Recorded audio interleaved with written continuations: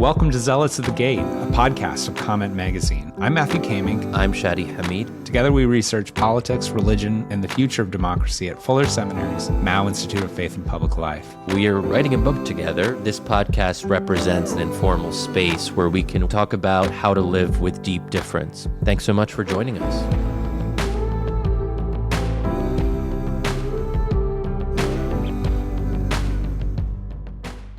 Welcome to Zealots at the Gate, a podcast of Comment Magazine.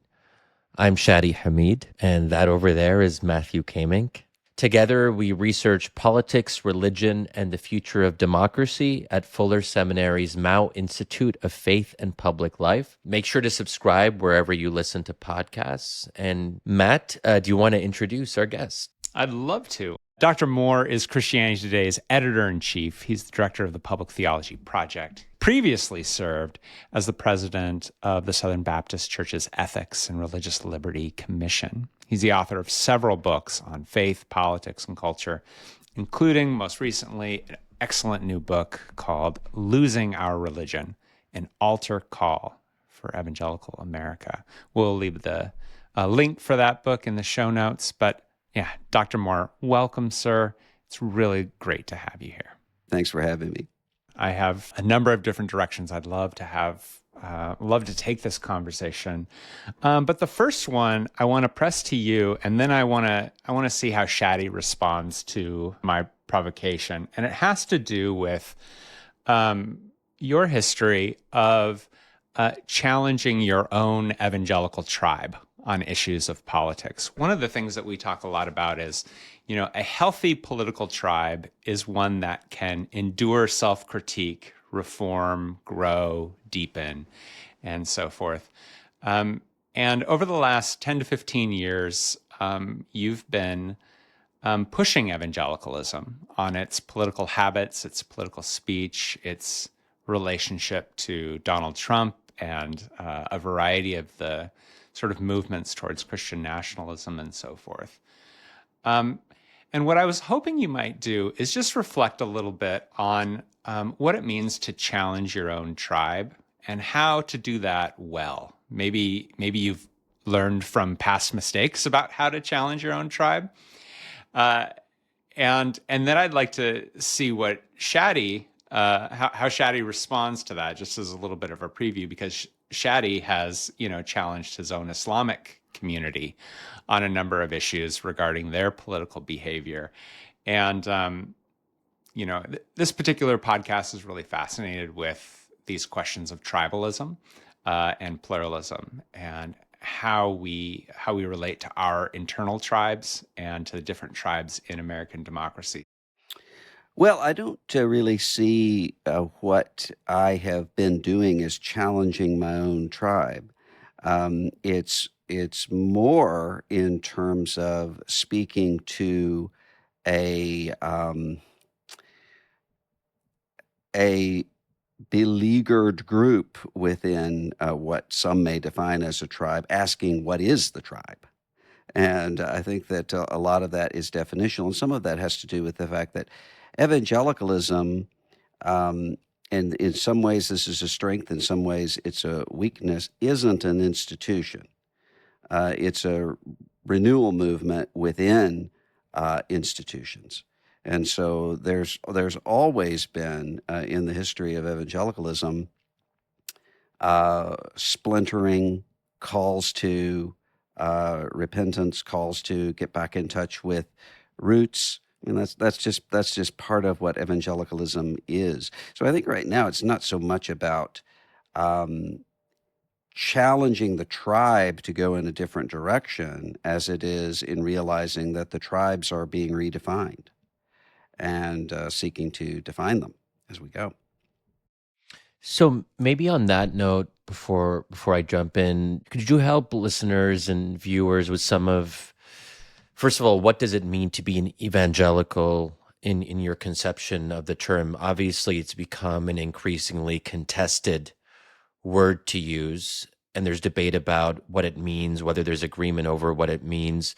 And then also maybe just say a little bit about your own background leaving the Southern Baptist Convention over internal disputes and your discomfort with the Trump, the Trumpy aspects of certain parts of evangelicalism, moving away from theological conviction and moving towards political partisanship?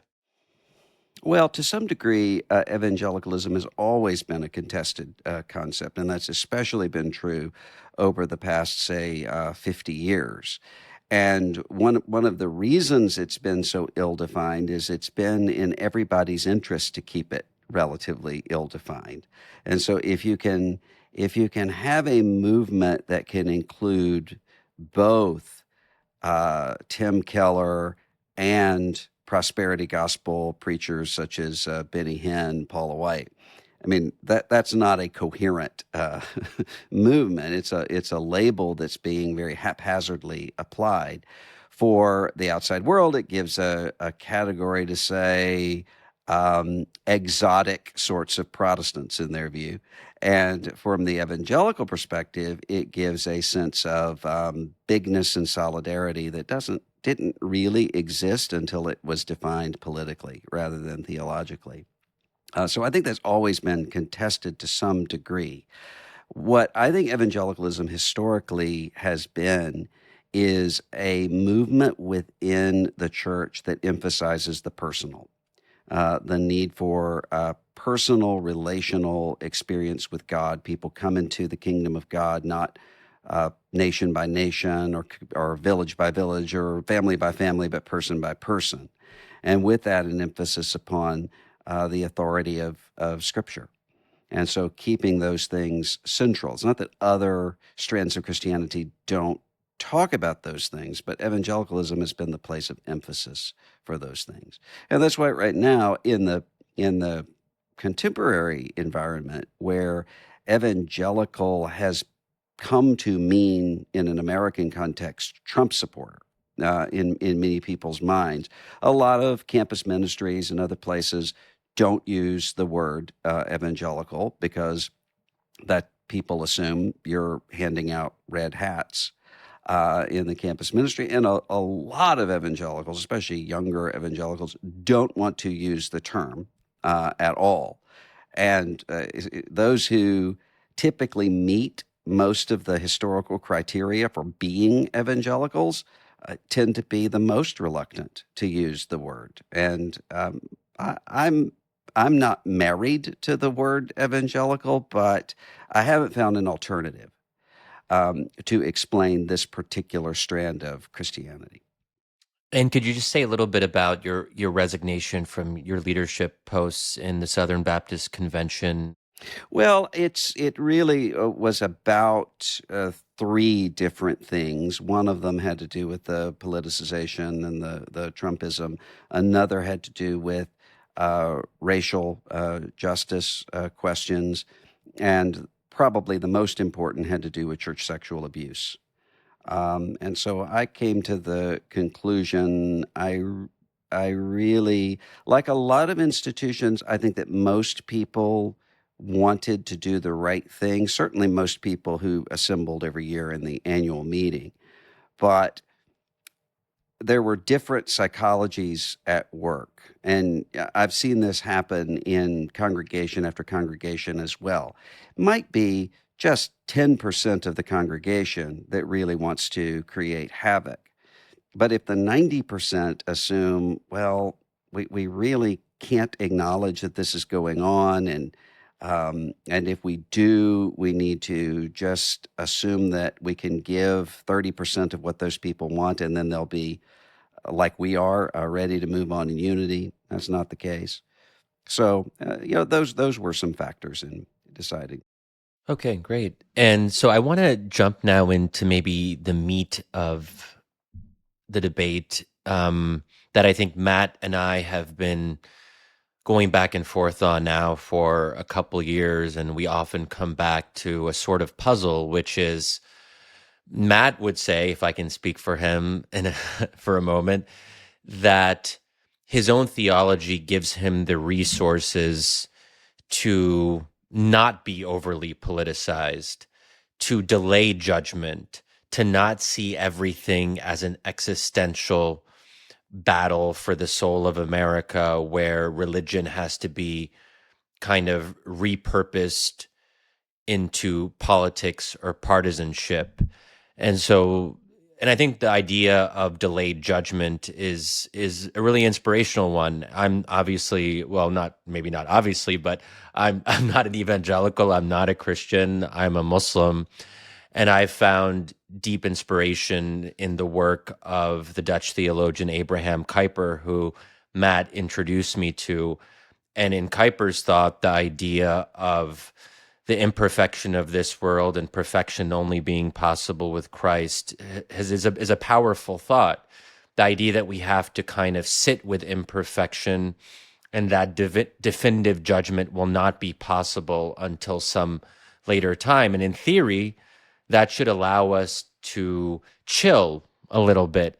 But what we found with evangelicals in America today, we see increasingly the opposite, an inability or unwillingness to chill and to invest a lot into politics, and specifically into a kind of Trumpian politics. About 80% of evangelicals, of white evangelicals, I should say, supported Donald Trump in the 2020 election. That is an overwhelming majority.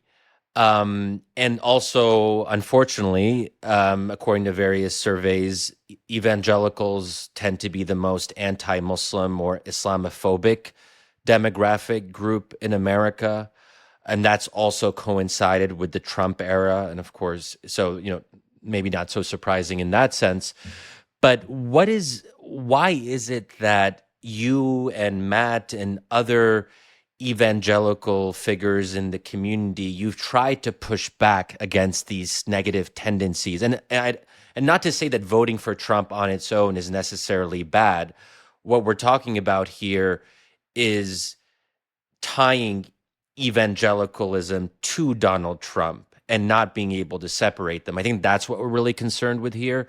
And you've tried to push back against those developments, but it hasn't seemed to work. And I guess the question is, why hasn't it worked up until now?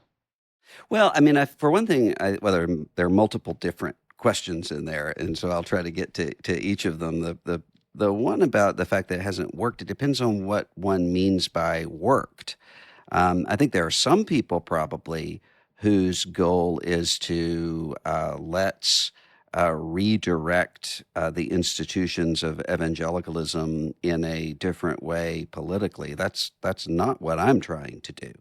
What I'm trying to do is to speak to those people who believe in Christ, want to follow Christ, don't want Christianity to be a means to an end of some political movement of any sort, and to say there actually is a different way for the future. That's what I'm trying to do. When it comes to evangelicalism and the politicization, the lack of chill, I think there are a number of things that are involved here. I mean, one of them is I don't think that people are paying enough attention to the white in white evangelicalism. So if you look at those numbers, and then you look at the traditionally liberal mainline Protestant denominations, they're not that much lower once you sort them out into white people when it comes to Trump support. So there's a national and regional sort of Trumpian effect that on its own is overwhelming. Then when you add to it the evangelical part, I think every strength has a shadow side. And in evangelicalism, one of the strengths has been a kind of entrepreneurialism and a, for lack of a better word, market-driven approach to existence. So this was really effective on the frontier, evangelizing people. There didn't have to be a college of bishops to approve church planting and evangelism throughout America. Billy Graham didn't need to check with an institution before he started his crusades. Those things have always been, in one way, a strength, but with them they bring a danger. And the danger is an entrepreneurial, market-driven sort of approach to ministry can lead, as the Guardian newspaper put it in 2016, can easily lead to a market-driven approach to truth. And that leaves a movement vulnerable to hucksters and demagogues and everything else, as we have seen. You add to that what I think is a secularization of evangelicalism that coincides with secularization trends elsewhere, but manifests itself in a particular kind of way. Where there is the sort of chill that you're talking about with Kuyper. You can see this going all the way back to Augustine and City of God, dealing with the catastrophe, what seemed to be the catastrophe of the fall of Rome, and emphasizing this is important, but there is something more important. When you have categories redefined, so that, for instance, categories of spiritual warfare, which throughout Christian history emphatically do not apply to human beings, apply to what Scripture calls principalities and powers in the heavenly places. When you apply that to human beings and to political movements, you have secularized. Whether you realize it or not, and that has contributed quite a bit. So a lot of what we've seen, for instance, is really similar to what I would have seen as a kid. With if a church really wanted to grow, one of the ways that the church would do that, depending on where it is to emphasize Bible prophecy. And so we can take the things that you're already interested in, the Cold War. What's going to happen with that, and explain it to you. Here is how you are in the terminal generation. This is the last. These are the last days. People liked that for all kinds of reasons. For one reason, because it gives a sense of transcendent meaning. We're the last ones here. We're the last guard. Everything is. We're here for the end of. The end of history as we know it. That is happening right now, except it's not coming from the book of Revelation or the book of Ezekiel. It's coming instead with this secular apocalypticism. You're here for the Flight 93 end of civilization, and you're a key part of that. So all of those things are ways that transcendence has been lost. Yeah, so I'd love to just kind of stick with that for a little bit, and perhaps you could talk us through just a little bit more this secularization of the evangelical movement in America. What might be some examples that you see happening today of how evangelicalism is becoming an increasingly secular movement, and sort of, what does that look like? Well, one of the ways one can look at this is in terms of evangelism, and I will find myself often talking to secular, progressive sorts of people, and saying, you're very fearful of proselytizing and evangelizing because you see that as some sort of bullying, intimidation, cultural imperialism. You're really going to miss it when it's gone. And that's one of the things that we're seeing. For instance, Shadi brought up anti-Muslim attitudes. I can track whether or not a church in a particular area is going to be clamoring for the city council to zone a mosque out of existence, almost 100% based upon whether that church is doing evangelism with Muslims and others in their communities or not. And the ones who are the least likely to be calling for mosques to be zoned out of existence. And that has everything to do with the fact that, one, they actually are making an effort to connect with their neighbors. Two, because they're being trained to try to persuade people, to talk to people as human beings who actually can be persuaded, not as demons to be eradicated, and because they see spiritual success as not being the vanquishing of enemies, but the carrying of good news. And so when you have a loss of that, and instead what you have is a primacy of a kind of culture war mentality, that is a secularized view. I mean, so look at, for instance, these Christian nationalist movements.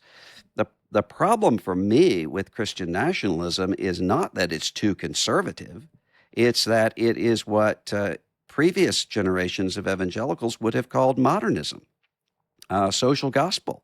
The idea that people can, by external conformity, through national identity or ethnic identity or behavioral change, be right with God and blessed with God. That's not an evangelical view. So this is itself a kind of secularization in the exact same way as in the early 20th century, when what the liberals in Protestantism were seeking to do is to Christianize the world, not in terms of individual transformation, personal transformation, but in terms of outside structures.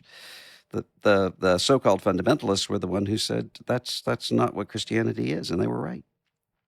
So what about the rise of people who would identify in polling as evangelicals, but do not attend church, do not participate, volunteer, pray, give, or sort of show any of the sort of institutional connections to the community?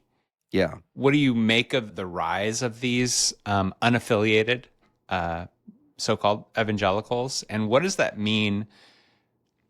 The second part of the question is, what does that mean for American public life that we would have sort of unaffiliated evangelicals? Well, I think there are a number of factors. One of those factors being a reversal of the typical paradigm we were expected to see throughout the 20th century, which is strong religious life, meaning congregational church life in more rural communities, and a lack of that in urban communities. That's still true when you're looking at self-identification. But if you're looking at the strength of the religious communities themselves, it is almost completely reversed. So if you look at rural congregations and churches, though, they're facing the exact same sorts of problems as, for instance, coal mines and rural manufacturing towns, and are under a great deal of stress. The churches that are doing well and actually are cohesive are more likely to be in places such as Raleigh or Minneapolis or Denver than they are to be in places such as rural Pennsylvania or rural Mississippi. And so that's one of the changes. The other is a change in cultural Christianity. So for most of the 20th century, in most parts of the country, being a part of a church was necessary to being a normal American. Whether one believed in anything or not, it took a great deal of courage to opt out of church life and to say, I'm not a part of a church. The cultural Christianity morphed and changed not by going away, but by decongregationalizing. And so you have an ability to claim a self-identity as a Christian, not just to say if somebody asks you, are you a Christian? Well, yes, but to have a very militant sort of social media presence as a Christian without having any congregational tie at all. A lot of that has to do with even the possibility of that can only happen with loss of connection with people who know you, who can say, wait a minute, what are you posting this on Facebook about? You haven't been to church since the first Bush administration. That's only possible with technology like we have now. But the other part of it is that what we end up with is, there's a political scientist, Daniel Williams, who says what we have ended up with is the worst of both worlds. So you end up with just as much dogmatism and just as much certainty and just as much fundamentalism, if you will, but without connection and community and shared mission. And so we end up with a perfect storm. Yeah, I mean that's what Shadi and I are working on right now this summer. So we're developing this book on religion and democracy. One of the things we want to make an argument for is the good of institutional religion. That rather than sort of an individualistic spirituality that you sort of live your truth on your own, with an institutional religion, like if you're involved in a church, you're volunteering, you're leading, you're debating what to do with the local congregation, you're learning democratic practices and habits. You're a part of a community. Sometimes you win the argument as to what the church should do, and sometimes you lose. But you stay within the community. You learn to negotiate, and you have a sense of a feeling of belonging. And so you don't feel lonely or vulnerable or isolated. And when you don't feel those things, you're less vulnerable to a charismatic politician because you have a sense of belonging and you know how to compromise, and you grow in wisdom. Well, this question of what makes someone vulnerable to a demagogue or a charismatic figure, I think is a really interesting one. It is worth noting that in the Republican primary 2015 and 2016, initially evangelicals were quite skeptical of Donald Trump. There was actually a survey of about 100 evangelical pastors about who their first choice was in the Republican primary, and not a single one said their first choice was Donald Trump. This was earlier on in the primary, and over time that would begin to change, obviously, and more people would become Trump curious. But that leads to, I think, another sort of puzzle, if you will, which is if we're talking about people who have a personal relationship to Christ, presumably that would mean they would have defenses against excessive partisanship or of falling under the sway of a charismatic leader. But very quickly, we saw some of those defenses fall to the wayside. And it's not just lay evangelicals, if you will, but also evangelical leaders who are presumably more theologically trained and you would think would be able to resist more easily. That didn't happen, and I'm curious if you could just say a little bit about through your own experiences among evangelicals what you saw happening, because in some ways it was a gradual shift, but in other ways it was quite sudden. I mean, we aren't talking about a long period of time where we see this shift.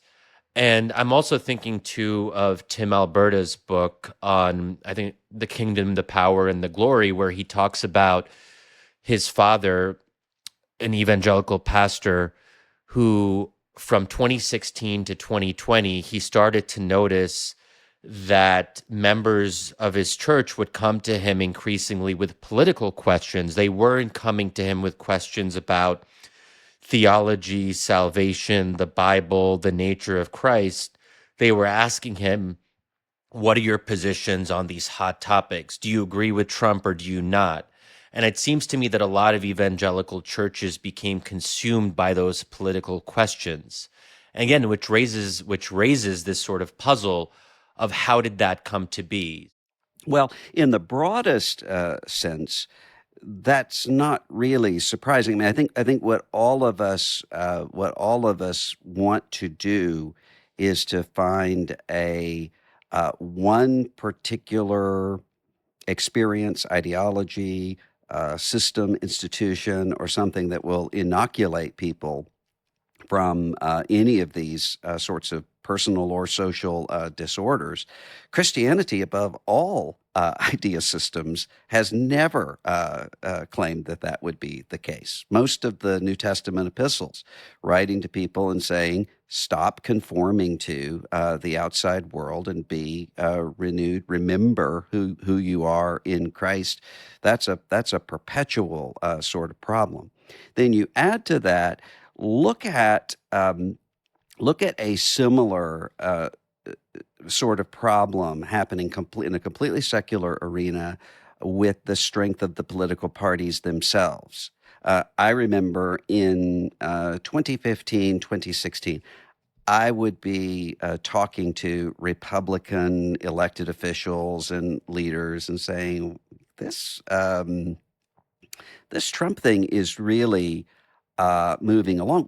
What are your, and they sort of would wave that away and say, at the end of the day, the Republican Party's still Republican. You're not going to have this happen. But they didn't have, none of them were able to say to me, okay, this is what is going to happen that will prevent that. They were simply basing that off of previous strength of those party systems no longer exists right now in this sort of institutional reality.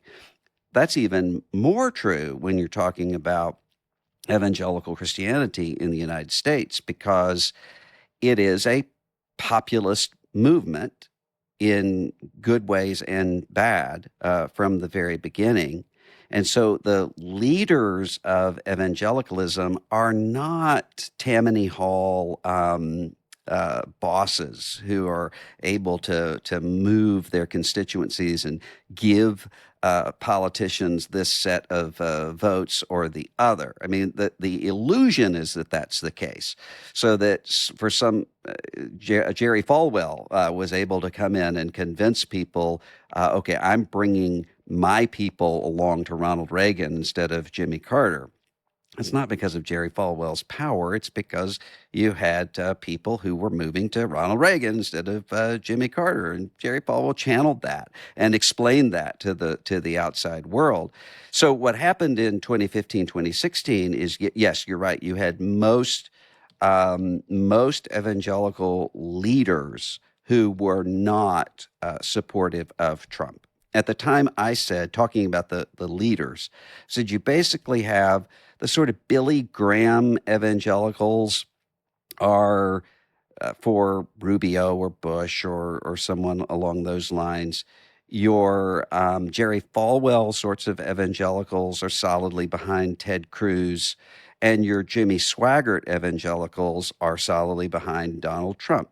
Meaning, if you look at who were the religious leaders supporting Donald Trump early on from day one, they tended to be Pentecostal or Pentecostal adjacent figures who weren't the people that most politicians wanted to have with them on a platform. So you would have evangelical leaders who would say, Trump has the island of misfit toys. That was a common phrase that was taking place.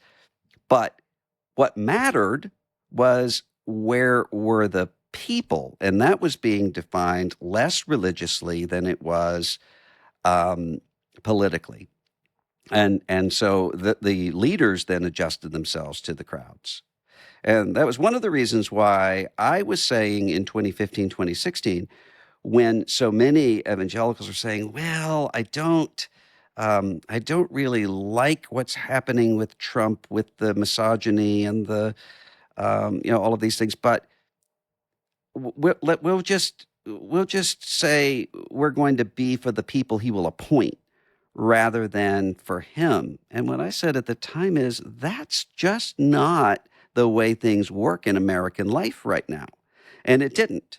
So many of these people who said, we're going to call him out when he does things wrong, and we're going to support him when he does things right, there was almost no one with any sort of platform who was willing to say, well, we like Neil Gorsuch on the Supreme Court.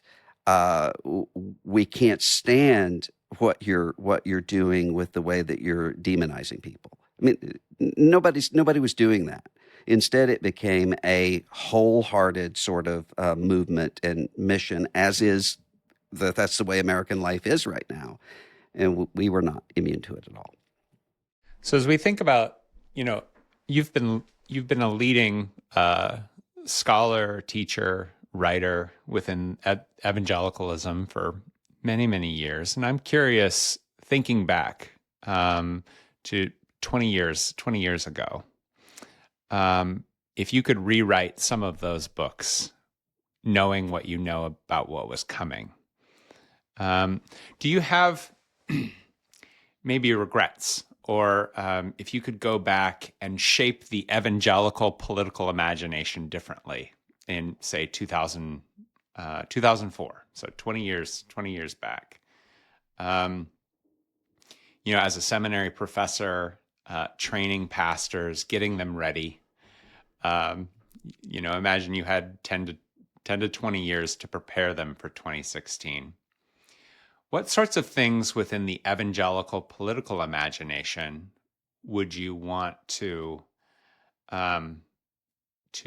deepen, to transform, to create a sort of sturdier evangelical political imagination that could handle a 2016 better? Well, I mean, if we're talking about the evangelical political imagination, of course, if there were a magic wand that could change that, I would change that, and the same thing would be the truth with the American political imagination in recent years. When it comes to, for instance, my books, I wouldn't change almost anything there because in many ways I go back and read my books, and I think whatever part of me was writing those books was maybe more aware than my conscious mind was of what was happening.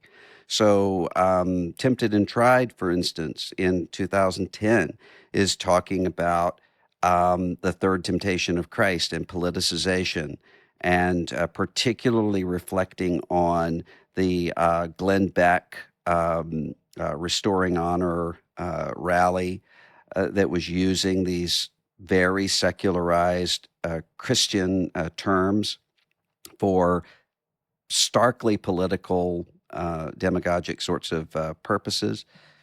I think this is something I've been concerned about since I lived through it as a 15-year-old, and looking at this and saying, is this all that Christianity is? So that, and that part of it, I think, and one of the things that I noticed early on was the way that Christian talk radio served as a metaphor for what was happening across the board. So that you had, for instance, this way of responsiveness to the crowd that was inevitably going to lead to some of these issues. So you had, for instance, in 2004, if you're talking about 2004, you had in some ways, a similar kind of all-in devotion to George W. Bush.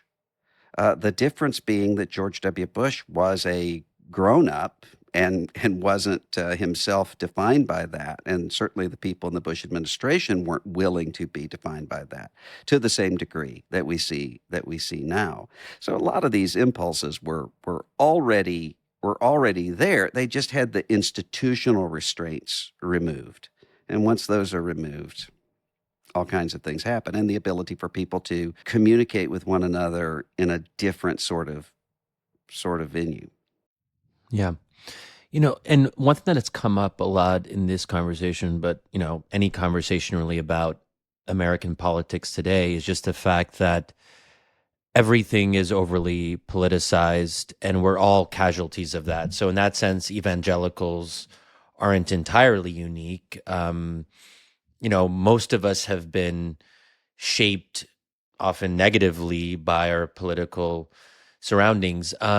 In your most recent book, Losing Our Religion, which we'll include a link to in the show notes, you do argue for evangelicals leaning into their strangeness and avoiding making compromises for the sake of politics. So I don't want to say that's not really about withdrawing from the world, but there is a sense of separating oneself from the temptations of political life. And if I can just play, devil's advocate here, if you will, what I've heard from Trump supporting evangelicals is it's a very political argument, and a sort of and sometimes they'll embrace it. They'll say, look, we consider abortion to be tantamount to murder. And if tens of thousands, hundreds of thousands of soon to be children are being killed with the support of our government and institutions and so forth, then if Trump is the flawed vessel which allows us to prevent the killing, these mass killings in effect, then that is a price that we're willing to pay. And they'll say straight up, we understand that there's a trade-off here. We understand that it's not ideal. But in the world of politics, you have to make compromises. If you want to actually improve things, you do sometimes have to accept otherwise unacceptable things. I'm just curious, because I'm sure you've been in any number of these types of conversations. Part of me thinks that that's actually, it's not an argument that I personally find very compelling because I don't feel the same way about abortion. But if I did, I can imagine being swayed by that.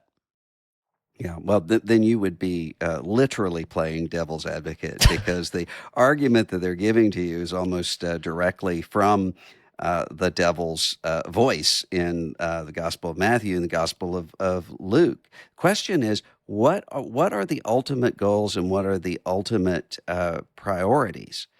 And so even if you accept the idea that, well, Donald Trump agrees with us on abortion, I do not think that you can long-term deal with a question of abortion, which has to do fundamentally with a view of human dignity, has to do with a particularly Christian view of vulnerability and of the image of God. You cannot do that with a blood and soil nationalism and an Access Hollywood misogyny. You cannot sustain it.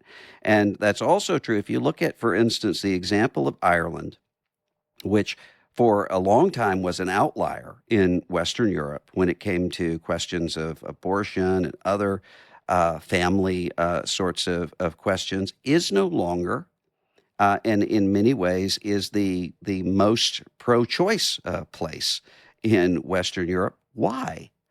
What made the difference? Well, Fintan O'Toole's biography of Ireland makes a very compelling case as to where that came from, and it was the loss of moral credibility of the Roman Catholic Church in the wake of the sex abuse scandals.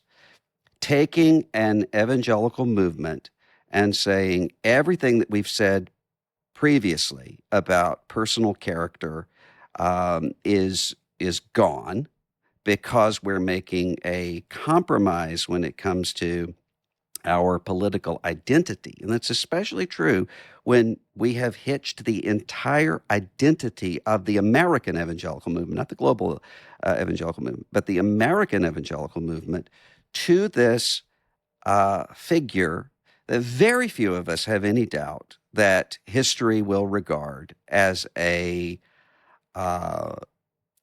uniquely morally horrific human being.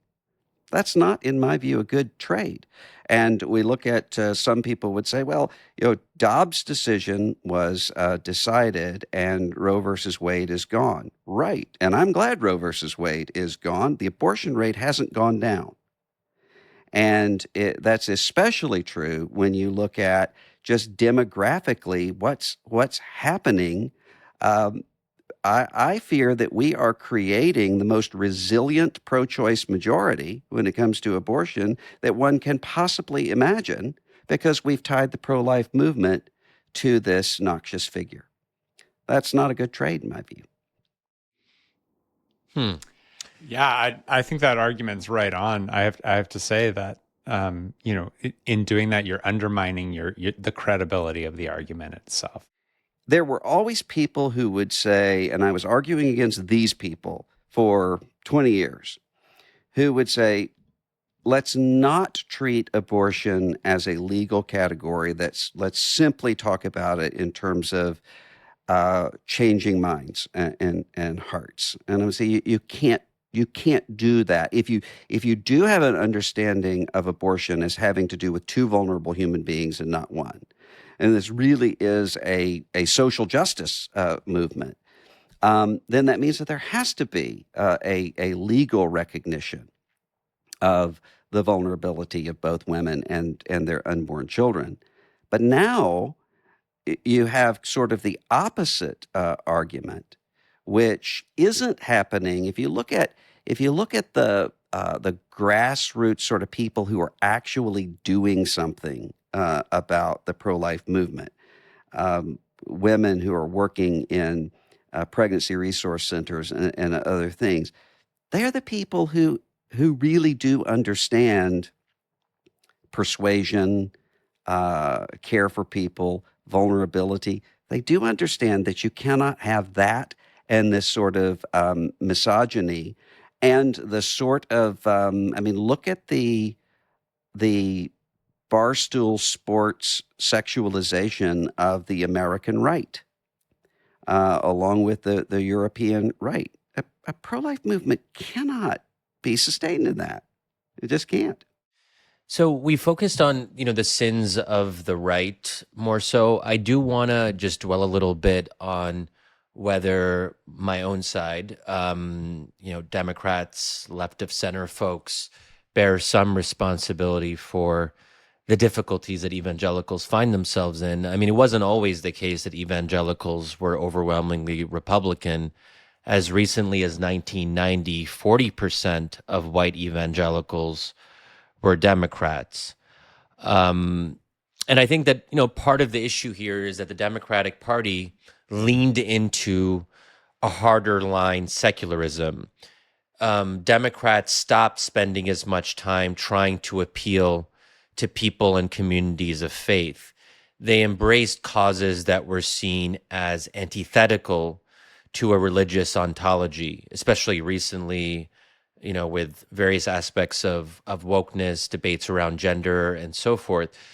And in this context, it seems that many conservative Christians have, they perceive themselves as being under existential attack. And, maybe similar to what I said earlier, they will kind of offer up this argument that the normal rules no longer apply because so much is at stake. If America is at risk of being so thoroughly secularized that it can't come back from that, then desperate times call for desperate measures. And but I wonder if Democrats, if Democrats should look back at their own sort of conduct in all of this, and could they have done a better job keeping white evangelicals on side by not falling into this hardline secularism? What would you say to that? Well, absolutely. I mean, if you look at the difference between, for instance, the way that Jimmy Carter in 1976 is communicating with the American people, dealing with the secular world, seeing him as odd and strange because of his emphasis on being born again. The difference between that and now, where that would be inconceivable on the left, absolutely inconceivable. There's been a massive cultural change there. And then you add to it this, the same sort of audience capture that's happening on the right, just in a different way. So, for instance, when I'm with Republican elected officials, people are whispering, "You're completely right about Trump. The guy's crazy." Even people who are saying on television the opposite. When I'm with Democratic elected officials or other interest group leaders, they're usually whispering, "This gender stuff is crazy." But they're not saying that publicly because they feel like they can't say that publicly. And then you add to it, for instance, the Hosanna Tabor Supreme Court decision, which was 9-0, that religious institutions have a right to choose their own leaders. 9-0. But the Solicitor General in the Obama administration is arguing the other way. You see college campus after college campus where secular progressive administrators are driving Christian campus ministries off of their campuses because they expect those leaders of those ministries to be Christian. I mean, that sort of hubris is not, it's not just morally wrong. I think it is morally wrong, but it's also completely unsustainable in a pluralistic democratic republic. And there was very little self-reflection on that in a way to say, do we really want to see to it that the only people who support national health insurance are the people who think one can force nuns to pay for birth control? Are those the only people we want to include in this conversation? I think that was a mistake. Yeah, yeah. And as we just start to close up here, I do want to put a question to you about working within institutions versus working from outside of them. As we mentioned, you left the Southern Baptist Convention, and in some ways, you're less part of the institutions of evangelicalism now than you were 10 years ago, and you see some of similar developments. Really? Sorry? As the editor-in-chief of Billy Graham's Christianity Oh, yeah. Today, Yeah, we should mention you are the editor. Yeah. I do not think I'm outside of the institutions of American evangelical life. Yeah, I mean, but perhaps less so than you used to be. But I also think about other conservative Christian authors who have become anti-Trump, like David French, for example, who has maybe lost some of his influence with traditional evangelical conservatives. I mean, there is a risk of the more you speak to a secular audience, and in his case, he's a columnist for the New York Times. Obviously, that is a more secular, progressive-leaning audience. There is sometimes a trade-off that the more you leave some institutions and join others, you're making choices about which audiences you're trying to appeal to, which audiences you're able to reach more effectively. So maybe just thinking about this more broadly, because I think it's something we all debate in our various contexts. And I know, Matt, again, not to speak for you, but you're someone who does speak to different audiences constantly in your work, and you have to sometimes code switch and go back and forth. But the risk is in speaking in a more kind of anti-Trump way to secular audiences, that Christian audiences see that and say, oh, this person's moving in that direction. He's no longer one of us. There is that risk, it seems to me. If that were the consideration, there would be no evangelical movement. We would still be medieval Roman Catholics. That's, in fact, what evangelicalism is, and for me as a Baptist, particularly what Baptist life is. Southern Baptist Convention was not established in AD 33.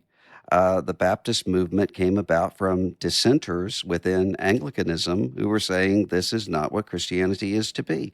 The Baptist movement in the United States of America started with a dissenter, Roger Williams, being kicked out of Puritan colonies. If what Williams had said was, in order to retain influence with the Puritans, I have to be quiet about what happens with infant baptism in a state church, there would all of the country would be New England right now. So I don't accept that that line of argumentation. I think in every successful movement, especially within Christian history, this starts with people saying, wait, there is another way to go. And organically, that then grows up. So I reject the idea that in order to have a healthier evangelicalism, that means that the only evangelicalism the rest of the world should see is completely Trumpified evangelicalism. There should be at least some people who are saying there actually is a different stream of evangelicalism that is here. And that's especially true when we're in a moment like we're in right now, Billy Graham was by himself in the 1940s. He was not accepted by the National Council of Churches and the mainline establishment, and he was not accepted by the fundamentalist Sword of the Lord reaction to modernism. He said, there's a different way. And ultimately, new institutions grew and came out of that. And I think the same thing is true right now. We're at a time of institutional shaking, movement shaking, but it's not a difference between anti-institutionalists and pro-institutionalists. As a matter of fact, in most evangelical denominations right now, the people who are the most pro-institutional are the least involved for all kinds of reasons. I think we should call ourselves the dissenters, Dr. Moore. It's a new movement.